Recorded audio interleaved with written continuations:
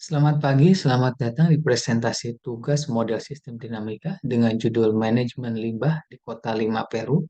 Bersama saya Ahmad Buhori, NIM 24023449114. Latar belakang dari presentasi tugas ini adalah mengenai manajemen limbah sebagai salah satu masalah besar yang harus dihadapi oleh hampir 90% kota di dunia.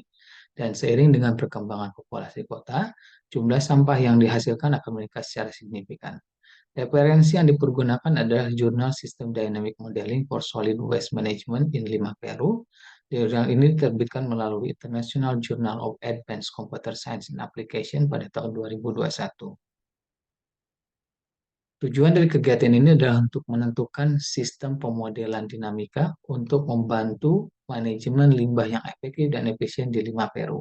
Urutan kegiatannya meliputi penelitian literatur untuk melengkapi data simulasi, membuat gambar skematik sistem yang ingin dimodelkan, membuat model komputer untuk simulasi, dan menampilkan hasil simulasi yang diperoleh. Dari referensi jurnal yang dipakai, kami peroleh data-data sebagai berikut untuk simulasi. Data populasi 2020 didapat dari Wikipedia dan data laju kematian diasumsikan berdasarkan dari data Wikipedia.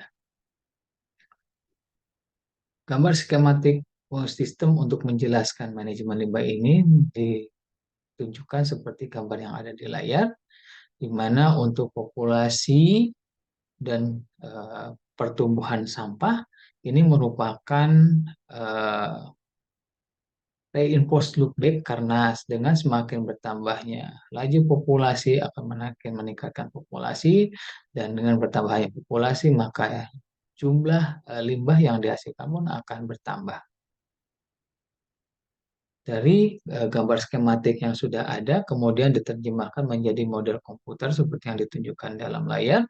Model ini dibuat di aplikasi Pensim, di mana ada dua submodel, yaitu submodel populasi untuk menghitung jumlah populasi dan juga akhirnya menghitung jumlah limbah yang dihasilkan, dan ada submodel jumlah limbah yang ada di TPA untuk menghitung laju recycle yang ada di TPA.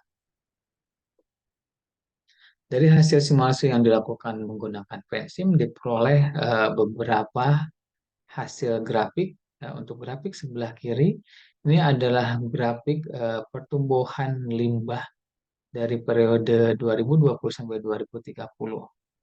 Tingkat pertumbuhannya tidak terlalu tinggi. Hal ini disebabkan karena tingkat pertumbuhan populasi pun tidak terlalu tinggi. Namun berbeda dengan total jumlah limbah yang di-recycle. Penjelasannya adalah karena jumlah limbah yang ada di TPA yang merupakan 70% dari total jumlah yang dihasilkan itu di-recycle, maka total recycle-nya akan berkontribusi besar terhadap total recycle keseluruhan. Nah, gambar berikut ini akan menjelaskan fakta yang tadi di mana jumlah limbah yang ada di TPA ini kenaikannya tinggi sekali ya karena memang datanya berdasarkan 70% dari total limbah yang dihasilkan oleh sistem.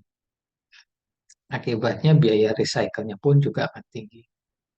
Kesimpulan yang bisa kita dapatkan dari simulasi ini adalah hanya 30% limbah yang didaur ulang. Dan jika tidak ada solusi lain untuk pengurangan jumlah limbah di TPA, maka akan ada proyeksi untuk penambahan TPA di masa yang akan datang. Dari hasil simulasi ini kita bisa dapat simpulkan bahwa data yang diberikan oleh Pensim cukup untuk mengambil tindakan dan antisipasi dalam manajemen limbah di Peru. Demikian presentasi kami pagi ini. Terima kasih.